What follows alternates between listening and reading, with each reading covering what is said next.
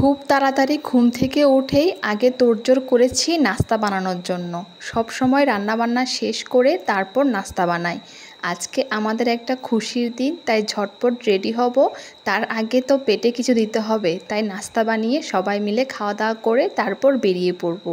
আর আমাদের কি স্পেশাল দিনটা আসতে যাচ্ছে সেটা অবশ্যই আপনাদের সাথে শেয়ার করব। কেমন আছেন সবাই? আশা করি আমার এই ছোট্ট ভিডিওটা আজকেও আপনাদের ভালো লাগবে। এই তো আমার নাস্তা বানানো একদম কমপ্লিট। আমরা তিনজনে নাস্তা করে ব্যাগপত্র সব গুছিয়ে নিচ্ছি। লাস্ট মুহূর্তে অল্প কিছু ড্রেস সেলাই করতে দিয়েছিলাম, সেগুলো এখন প্যাকিং করা বাকি, তারপরে আমরা রওনা দিব। বিসমিল্লাহ বলে আমরা আমাদের গন্তব্যে যাওয়ার জন্য প্রথমেই সিএনজি নিয়ে নিলাম। সেখান থেকে আমরা যাব বাস কাউন্টারে।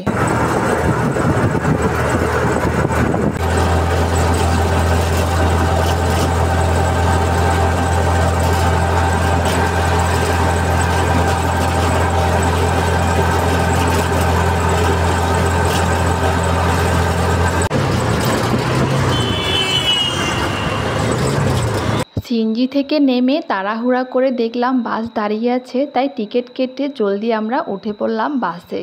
সুন্দরভাবে আমি আর সাফওয়ান জানালার পাশে সিটটা পেয়ে গেলাম। ও তো খুবই খুশি, চোখেও ঘুম ঘুম পাচ্ছে, তাই ও একটু ঘুমিয়ে নিল। ফাইনালি 2 ঘন্টা বাসে জার্নি করার পরে বাস থেকে নেমে সিএনজি নিয়ে চলে যাচ্ছি গ্রামের মেঠো পথ ধরে। দুই পাশে সবুজের এই গাছগাছালি, তার মাঝে সুন্দর ধান ক্ষেত।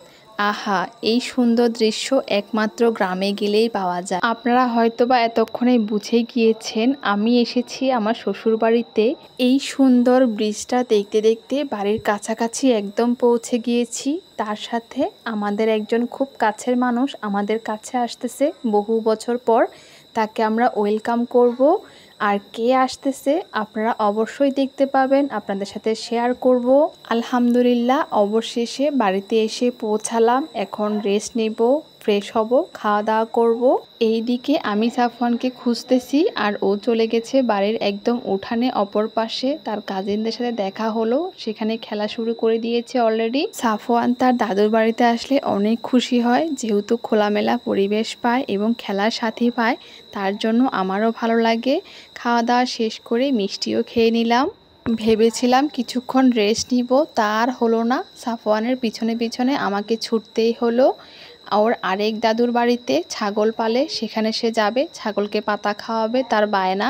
তাই কি আর করা, যেই ভাবা সেই কাজ, চলে আসলাম তার কাছে। তার দুষ্টুমিতে সঙ্গ দিতে হবে, তার পাশে থাকতে হবে। চলুন তাহলে আজকের মতো আপনাদের থেকে বিদায় নিই। আমিও ছাগলকে কিছু পাতা খাওয়াই। সবাই ভালো থাকবেন, সুস্থ থাকবেন। আল্লাহ হাফেজ।